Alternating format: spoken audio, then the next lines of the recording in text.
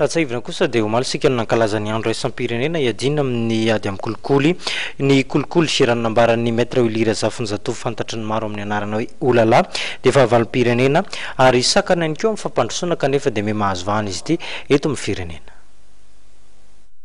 Iaina isan'andro ary hita taratra amin'ny ambaratonga rehetra ny kolikoly eto Madagasikara, hoy maître Willy Zafinjatovo. Ho an'ity mpisolo vava ity dia ilaina amin'ny famerenana ny fahatokisany vahoaka amin'ny fitsarana. Ny olona amin'izao fotoana izao na mpitondra fanjakana na ny ao amin'ny fitsarana, ny ao amin'ny ministera fitsarana mihitsy na ny mpitsara dia efa milasa vaky vava mihitsy ny hoe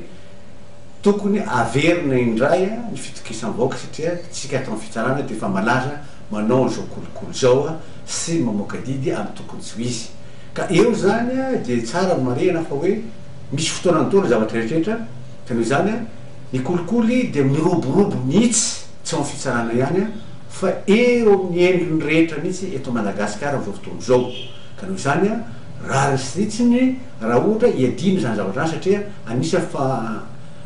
fanetry be firenena mihitsy raha resaka kolikoly. No maria maître Willy Zafinjatovo ihany koa fa ny manomboka any mitondra ambony no anjakan'ny kolikoly eto amintsika. Marina mihitsy fa manomboka any amin'ny ambony indrindra satria amin'ny ambany ny kolikoly satria everina rehefa moramora ve reny olona sasany mitaraina amin'ny fitsarana maty ny ao aminy na nangala olona fananany ny ombony dia reny olona renindray no lasina migadra dikan'ireny dia kolikoly.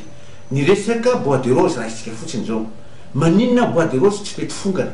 satria nohony ireo mpanao bois de rose ireo miaraka amin'olona ambony fa tsy sanatry ny vavako ny olona ty ambany ity akory hoe afaka hoe hiaro an'ireny mpanao trafikina bois de rose fa tsy maintsy olona ambony foana. Ka noho izany mipetraka foana zany hoe le hoe mpanao kolikoly ary ny ty ambany ngamba nahitana ny olona mpanao kolikoly le ty ambany le hoe ohatra ny voatery reny olonireny manao satria noho ny zava-misy le olona tokony anao le raha tsy manaiky anao le raha tsy omena zavatra hoe mamela kely na omeo kely aiza ny labiera dia voatery manao le olona ireny zany mifameny dia hoe ambony indrindra eo atenatenany sy aty ambany indrindra. Ho an'ity mpisolo vava ity dia tsy misy afa-tsy ny fampiarana ny lalàna ihany no ahafahana miady sy manafoana ny kolikoly. Ka amiko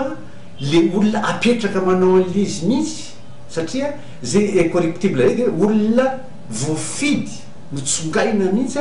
miady amin'izy eny tsy ho vitan'izay fotsiny izy fa tsy maintsy mivaoaka ray manontolo no mandray andraikitra sy mifamanometana amin'izay fotoana izay dia le toe-tsaina zany no amboarina azy tompona andraikitra rehetrarehetra zay tratra za dia tena everiko fa hoe le entitra amin'izay zavatra zay zay tratra ka manao ratsy rehetrarehetra zay manao vilany tokony ampiarina amin'ny lalàna araky ny lalàna izay misy. Mariana fa raha nitaritra farany navoaka ny Transparency International dia niemitra any amin'ny laharana fa 720 ny misy any Madagasikara amin'ny ady amin'ny kolikoly raha toka tany amin'ny laharana fa 920 ny taona 2021.